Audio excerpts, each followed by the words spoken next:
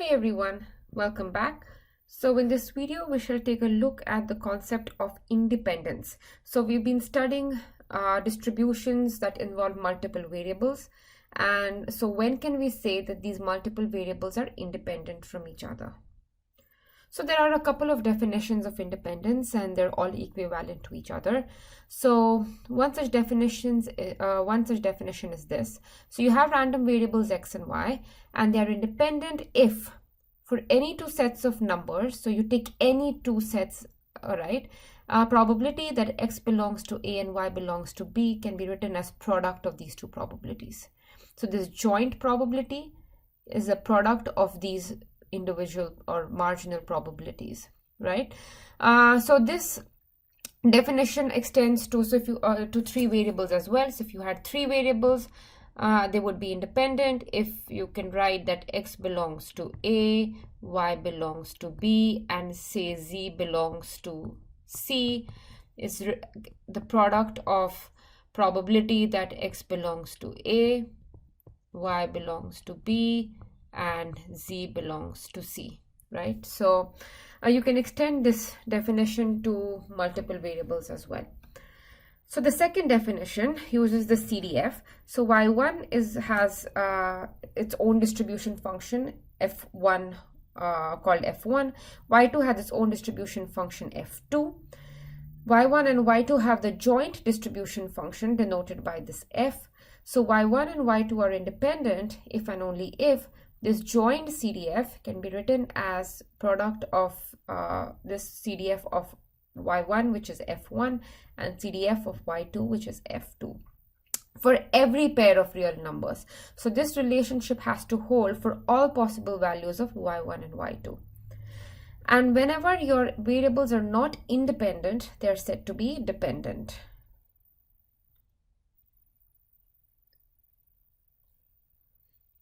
So if you have y1 and y2 are discrete random variables and this is their PMF, this is the joint PMF, right?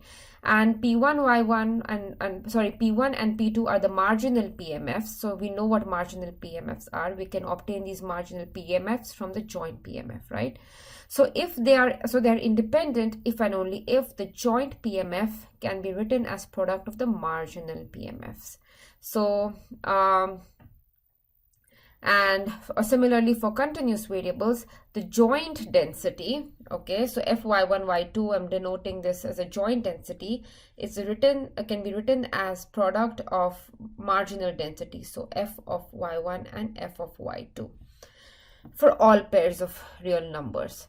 So you can see that all of these four definitions, I'm writing these two as theorems, but we can also give these as definitions, right? So we have these four definitions of independence, and you can use either of these to show that your variables are independent. An important thing to note here, so I have this joint density and I'm evaluating it at argument y1 and y2.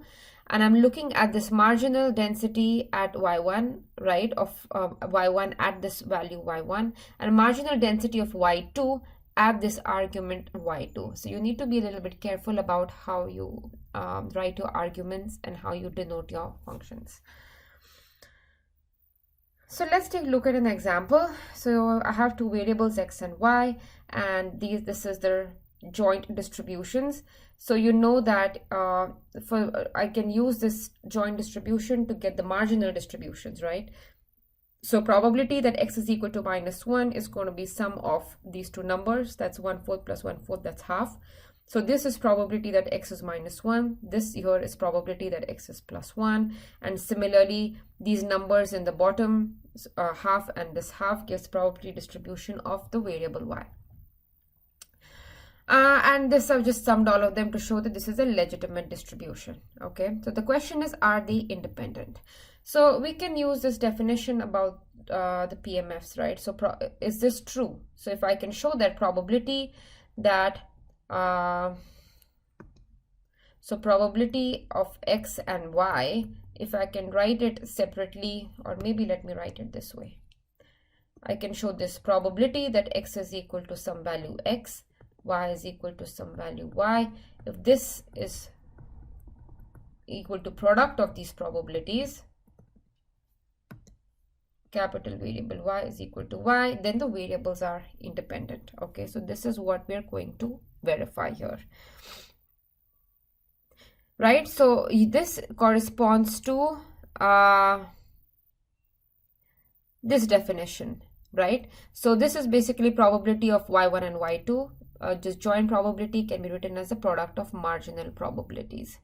So let's see. So probability that x is equal to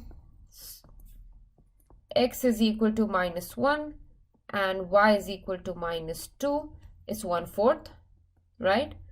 And let's see, probability that x is equal to -1 is half, and probability that y is equal to 2 is half, right? So if you multiply these two probabilities, you get 1/4, which is the same as the joint probability.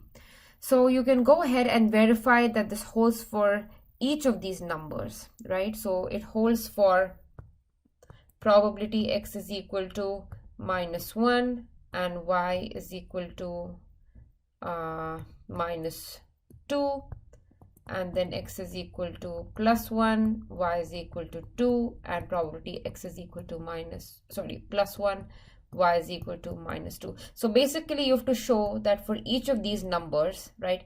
So this let me maybe use different colors here. So this, that is probability that x is -1 and y is -2, is a product of this and this. That's essentially what you're showing. Then this, which is probability that x is -1 and y is 2, is the product that so probability that y is 2 is this and x is -1 is this, right? So you need to show that 1/4 is half times half, which is true. And then similarly, this you need to show is equal to this times this, which is again true. And finally, I need to show that this is equal to this times this. So you need to verify it for all of these joint probabilities, okay? And so therefore, since each of these probabilities in the middle part of the table can be written as probabilities, product of the marginal probabilities, the variables are independent.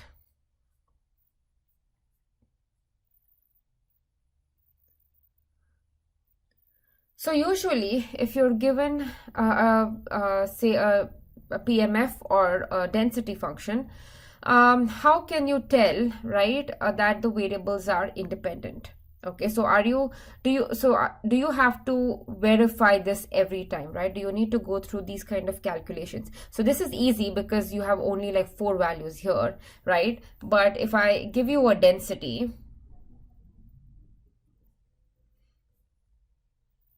so if I give you a general density function, it might be a little bit tricky, or you need to do more calculations to see that the joint density can be written as a product of the marginal densities.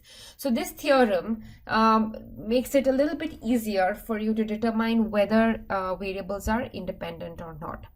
So what does this say? So this says that the joint density of x and y can be written as h of x times g of y. So h of x is some function of x. It need not be the marginal density or anything. It's just some function of x, and g is some function of y, right? So it's saying that variables are independent if and only if this holds. So how can we prove that? So there are 2 ways to do this, right? So if and only if, right? So it means that if the variables are independent, this statement holds. Conversely, so maybe I'll call this star, okay? So variables are independent, star holds, and conversely, if star holds, then the variables are independent. So to prove this theorem, you need to prove both the sides of this, right? So let's prove one way. So let's assume that the variables are independent. If then we need to prove star, right? So if the variables are independent, then by definition, we know that the joint density can be written as a product of their marginals, right? So this hy here will be the marginal distribution of x, and this g will be the marginal distribution. So if the variables are independent, the joint density can be factored in this way, Okay, and we know exactly what h and g are. Now, conversely, if this kind of a factorization holds, if the density can be written as some function of x times some function of y, then we want to show that the variables are independent. So we want to show basically that this statement implies that they are independent, which means the definition of independence is this, right? X of y can be written as the marginal density of x times the marginal density of y, right? This is what I need to show, right? Because this is the definition of independence, and I want to show that this implies this. So therefore, this implies that the variables are independent. So let's see how to do that. So we know that f of xy is the joint density. If you integrate it with respect, if you integrate it, it will integrate out to 1, right? So the statement holds. And now we are assuming that f of xy can be written in this way, right? So therefore, I'm going to substitute. I'm going to write f of x instead of f of xy. I'm going to write h of x and g of y. So you can split the integrals here, right? Then. And I'm going to call this first integral C1 and the second integral as C2. So right, because you integrate this out, it's going to be a some constant. You integrate this out, it's going to be some constant. Therefore, C1 and C2. And what this equation is saying is that C1 times C2 is equal to 1. So we're not done still, right? All I've done is I've shown that C2 times C1 is equal to 1. Now I need to verify this particular relation, right? If this holds. So let's see what the marginal distribution of x looks like. Marginal distribution of x, you take the joint density, integrate over y, right? However, I have skipped a step here. This is equal to minus infinity to infinity. F of xy can be written as hx times gy. So hx times gy, integrating it over y. This is over y. So we are integrating it over y. So h of x is a constant, right? So I can pull that outside and I can write this as h of x minus, not h of x, g of y dy minus infinity to infinity. And remember, we were calling this as C2 from the previous slide, right? This is C2. So marginal density of x can be written as C2 times hx, and marginal density of y, similarly, you can show that it's C1 times gy. So if you take their product, right, f of x times g of y, so you get this, right, f of x times, not g of y, fx, x times fy, y, I'm multiplying these two things here, is going to be C1, C2 times hx times gy, right? But C1 times C2 is equal to 1, right? This is 1. So, and hx times gy, we know that this is equal to the joint density, right? Because we started by assuming that this statement holds true. So what we have shown is that the product, there's a joint density, is the product of the marginal ones. So therefore, the variables are independent. So let's see at some examples that will help you understand this theorem better, right? So I have a joint density here, right? And this is over x and y, and these are the ranges. Are the variables independent? So I have this joint density. So remember the statement, f of x, y is some function of x times some function of y. So I can easily split 6e to the power minus 2x, e to the power minus 3y, right? This is a function of y. This can be g of y. And this first part is a function of x. This constant you can put anywhere. It doesn't matter. You can put it with g or you can keep it with x. So this is h of x, right? So 6 can be either kept here or you can move it to g of y as well. But basically, I've split this density into some function of x and some function of y. So therefore, the variables are independent. So see, this theorem makes your life very easy, right? If without this theorem, you have the joint density, you would have to calculate marginal of x, marginal density of y, and then do the product, right? So you need to do a bunch of calculations, but with this theorem, you can skip all of that. So here is another example. This is the density. Joint density of x and y. X is from 0 to 1, y is from 0 to 1. However, x plus y is less than equal to, lies between 0 and 1. Are the variables independent? So if you look at the density, true, you can split this into function of x and this is a function of y alone. However, you have to remember the range of a function, right? So for example, if I have so this function, right, f of xy is 24xy. If x belongs to, I'm just going to call this entire region as A, right? So if x and y belong to this region A and this function is 0 elsewhere, right? So alternatively, I can also define this function as this 24xy times indicator function, right? And this indicator function is 1. So indicator function over this set. So this indicator function is 1 if x and y belongs to A, right? So in this region, the density is just 24x, and this indicator function will be 0 if x and y do not belong to A. So therefore, the density is 0 in other regions, right? So let's see again. Indicator of x, y is 1 if x comma y belong to A. This is 0 if x and y do not belong to the region, right? So this formulation can be written alternatively using this indicator functions.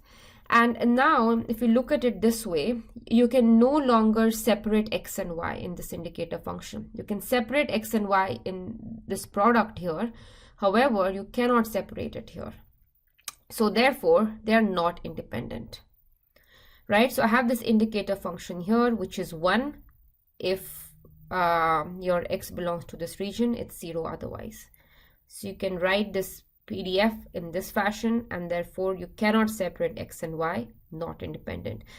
So you don't need to rewrite it using the density using indicator functions every time. You just need to look at this region, and if x and y appear together this way, then chances are that your function is not independent, right? So in the previous example here, right, x was between 0 and infinity, y was between 0 and infinity. X and y were not entangled together, so to say. However, here they are, right? So these are not independent. So when you're trying to determine independence, you not only need to look at this density, but you also need to factor in this region. So here is another example. We have n plus m independent trials having a common probability of success p. X is the number of success in the first n trials, and z is the total number of successes in the n plus m trials. Are x and z independent? So again, in this problem, before you start writing down or calculating probabilities of anything, see what the values look like. So what are the values x can take, right? X is a number of successes in the first n trials, maybe 0, 1, all the way to n, right? And what are the values z can take? So z is now the total number of successes in the n plus m trials, right? So the smallest value z can take is x, right? And then the largest value it can take is n plus m. So you can see that from these range itself, right, the range of z depends on x, and therefore the variables are not independent. You don't even need to write down the probabilities or anything. From this range itself, you can tell that they are not independent. So this is all for this video. Do make sure that you go ahead and solve the practice problems following this, and I'll see you in the next video. Bye.